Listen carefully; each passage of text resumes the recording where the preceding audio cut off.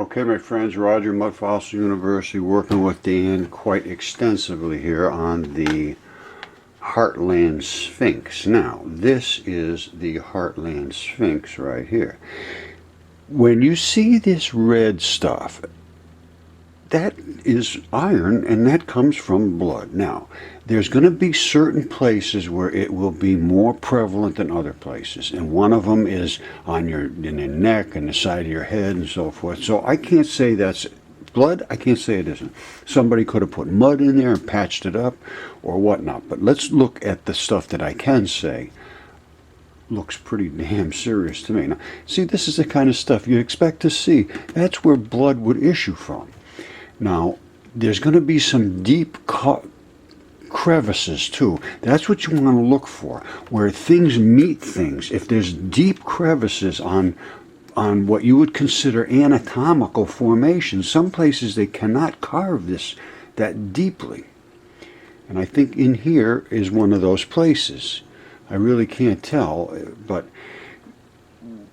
from this particular shot, but I see a lot of anatomical features here that are from blood issuing, and the moss and lichen love blood. Now, let's get to the point where it gets serious.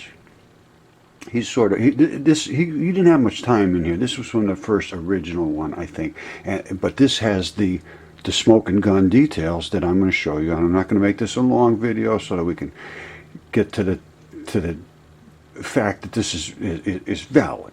And I'm not going to tell you where it is. It's probably not a good idea to be looking. Now, one thing I wanted to say, though, let me come back here a little bit. There's going to be areas on here where I believe there's actually still skin attached. Now, like, whoops, I can't stop this thing when I want to. But anyway, this might be skin right here. I don't know. I am going to show you a little microscope. It's like this right here.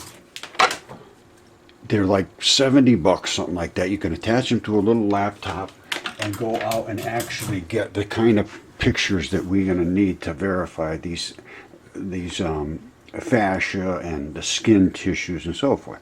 But this is all of this like fluty looking stuff. I don't know specifically if somebody carved this or that is natural. I would love to be able to see this in the microscope, because when you see them in the microscope, then you know how it was formed.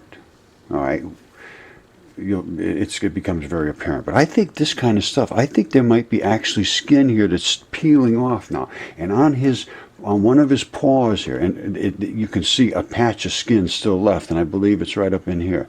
Now, this is from his shoulder. There's going to be black and there's going to be red. There's some black, as you can obviously see, and down at the, whoops, again, I can't stop this. Down where the shoulder comes down is where the blood is going to run, and it's heavily invested with moss. That tells me there's a lot of blood in that area. Now, let's get to the smoker here. Boom, here it is. All right, these are fingernails or claws. Those are not there for no reason whatsoever.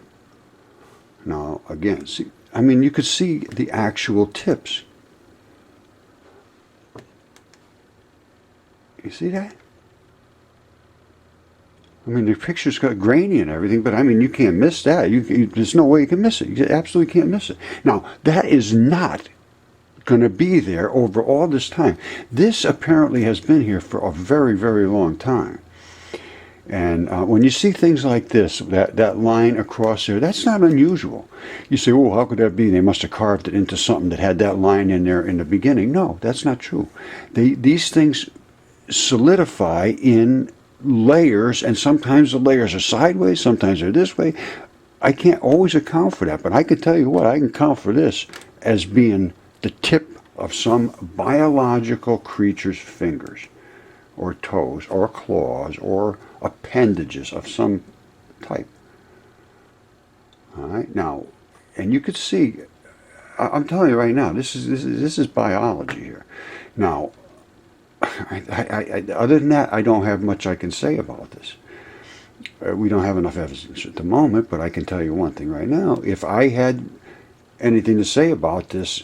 To my, even these are feathers coming off of here too. I mean, very, very unusual. I'm gonna leave it at this, and then I want somebody to start paying attention to this kind of stuff, because I'm getting called a tinfoil hat guy. You're coming up with all this crazy stuff. Well, yes. You know why? Because all this crazy stuff has been overlooked by all of these people that think they're so freaking arrogantly smart. That pisses me off. And it's time to look at this stuff with open eyes and not be so arrogantly dismissive and demeaning of everybody that comes along. I could do this all day long. People are coming to me with discoveries they have had, have been laughed at and called fools. We're done with it.